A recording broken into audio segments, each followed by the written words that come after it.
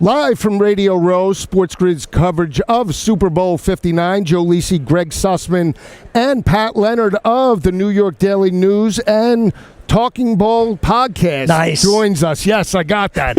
Knocked it out of the Pat, park. Great atmosphere out here in New Orleans. What are your thoughts just about, the city and what we're going to see on Sunday? Well, I love the fact that it's so centralized with the stadium, the convention center, Radio Row, media parties, events. Everything's right in the heart of it. It's one of the cities that has the most character and culture in our country, I think. It's so unique. There's nothing like it. It's a reason why I think they said they've hosted it 11 times now. Yeah, it's incredible. I didn't realize that stat until I got here, but after being here for a day and a half, I can understand why. Yeah, it's unbelievable. I just think the atmosphere as a whole, very welcoming. And you talk about the situation currently with their home team in terms of Kellen Moore potentially being the head coach. A lot of talking points for the city of New Orleans. Just overall, when you think about the game assessment, have a pick for the game? I think the Eagles win. I like the over in the game. I think that even though the Eagles' defense is incredibly impressive, I do believe that both teams have firepower. You see the 55 points from the Eagles. I think the Kansas City Chiefs, though, when they get in this spot, Patrick Mahomes makes the plays. They're going to get in the end zone. I think you're going to see a team that really doesn't score in the 30s in Kansas City. But I like Philadelphia to win because I think they have more talent. I think their offensive line's better. And I do believe that the talent on their defense is going to make a play. You think about when the Eagles won their only Super Bowl and knocked off the Patriots. It's Brandon Graham knocking the ball out of Tom Brady's hand. And really, that was the only time they stopped the Patriots all game. I think the Eagles are going to have some problems, but they're going to make that one play on defense, whether it's Zach Bond, Jalen Carter. I think Jalen Carter probably ends up being the key to this game. You could say that James Bradbury made a play in the last Super Bowl. The other side got involved. Not the Chiefs, obviously, the refs. But you mentioned New Orleans being such a great host city. It's kind of the opposite of MetLife Stadium, where there's nothing. And the city is very far away from MetLife, and it's just a completely opposite atmosphere, right? So I wanted to talk to you about the Giants, and I wanted to talk, of course, about the quarterback situation. Seemingly bungled every which way here. Yep. How do they not bungle it up this time?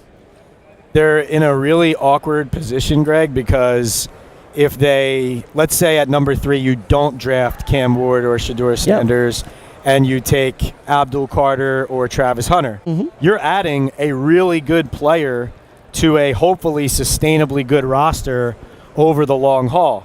But you haven't solved the quarterback problem. Is a stopgap like Jameis Winston, or if you pay Sam Darnold, is that going to help you win right away and turn you into a good team? Skeptical of that as well.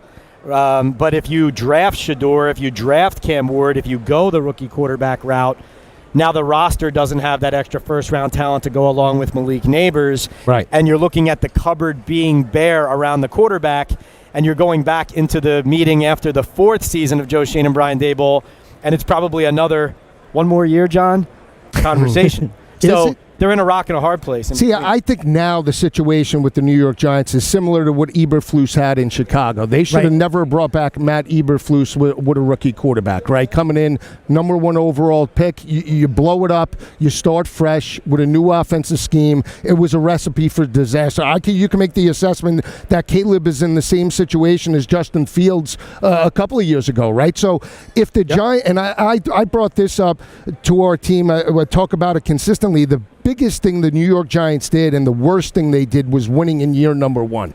Getting and over-exceeding expectations, beating Minnesota, because in the New York fan base, it's go big or go home. You cannot regress the way they have in terms of Brian Daboll in this situation. They're going to have to make the playoffs for him to keep his job. Otherwise, where do they go from here? So I do feel that they can maybe get a bridge gap quarterback, but who is that quarterback? Right, and it wasn't just winning right away. It was, like you said, it's the internal reaction to, okay, are we good, right? You have to look at yourself honestly. This is one thing the Giants, they're not the only organization that does this, Joe, right? But they struggle to honestly assess themselves. They had a very hard time after that 2022 season where, of course, they exceeded expectations all the way across the board. They had a hard time saying, but we're still not there yet. We need to be more honest about this. I think you're absolutely right about the head coach. And frankly, I mean, nobody's going to say this or admit this. I think Joe Schoen, quietly, if you gave him truth serum, he would love to have a new head coach right now. Right. Because if you think about it, drafting the young quarterback this year, it should be a 2-year process now, at least, to evaluate the player, the front office, the coach. But with Daboll as the holdover and Shane with the roster, it becomes an awkward timeline of how you would judge accountability. But the whole Joe Schoen thing is what boggles my mind. He comes out after the Eagles loss a couple years ago, and he's like, we're far away. We have to be much better to catch up to them. And they don't, right? They don't just revamp it. They try to put some Band-Aids on. They give Daniel Jones the contract extension, and now here we are where we are now. And then it leaks out at the end of this year, hey, well, I'm not tied at the hip with Brian Daboll, right? Hey, I'm okay. And now you're saying, well, I'd be happy if Brian Daboll wasn't here if I'm Joe Schoen. So there's obviously this perception that Daboll is Shane's guy. Somebody leaks somewhere, he's not my guy, we're separated. What is going on between Brian Daboll and Joe Schoen?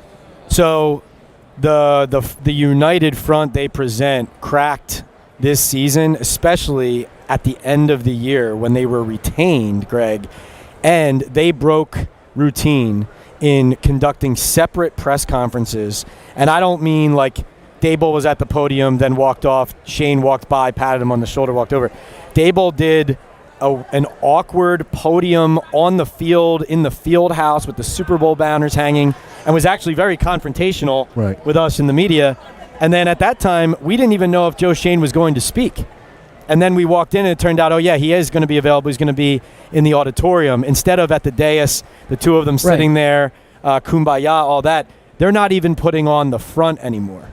So where it stands is, this is the one place I'll defend Daboll is it would be ludicrous to say he's the problem and the roster isn't. He is part of the problem and has to look in the mirror about how to fix what he's doing with the offense with the team. But Shane's drafts, the misjudgment of how good they were, the talent that hasn't worked out, the trading of a second-round pick for Brian Burns, who's a good player, but you paid him a lot of money and gave up an asset. You could have used the second-round pick on a corner you clearly desperately needed, and you could have gotten a Jonathan Grenard for less money and paid Saquon Barkley and paired him with Malik Neighbors. Maybe Daniel Jones still is validating that contract right now. So it's easy to be a Monday morning quarterback, but the point is, where do Daboll and Shane stand? It's kind of like, well, you're pointing at me. Well, look at both of us, right? And this is the one thing I would say. It was very telling that John Mara said, well, I told Brian Daboll I'd prefer he doesn't call plays, but his review of Joe Schoen was, I love our process. So you can see that it does feel like even going into this year, I still think Daboll's seat is hotter than Shane's. They're both hot, but I think Daboll's is hotter. I agree, because he's the head coach. He can move on, and you could always say that we didn't have the right head coach. I think it's possible, twofold, that the success of Saquon, whether he wins the Super Bowl or not, will magnify this situation even that much more in the offseason. And the other factor is maybe Daboll's just a better coordinator than he is a head coach. I mean, we've seen coordinators, right, especially on the defensive side of the ball. Dennis Allen and all the defensive masterminds that couldn't succeed as a head coach. Staley goes into that mix. Offensively, he might be that guy. Fair point. And the thing he struggled with 2 years ago when he wasn't the play caller was that he wasn't the play caller. And he started taking it back and forth game to game, gave it to his quarterback's coach. So John Mara thinks the plan is to now give it back, and he's not going to keep his hands out of it. He can't. He already proved he can't. Yeah, and the offensive coordinator clearly doesn't like him. So I don't understand how this whole balance is going to work when the rumor comes out that Mike Kafka is going to make Wink Martindale his defensive coordinator if he comes to New Orleans. There is so much internal strife with the New York Giants on every level. It just seems completely out of whack for me. It's very interesting because the players in large part like Daboll personally. He spends a lot of time on the locker room. But with his staff, that has been the problem. Obviously, the biggest problem, though, is that they've had the 30th and 31st ranked offense the last 2 years. For him, offensive head coach, play caller, that's the biggest deal. Yeah, we'll see. We're coming right back live from Radio Row, SportsGrid's coverage of Super Bowl 59. Coming right back. More NFL, college action. Keep it where it is.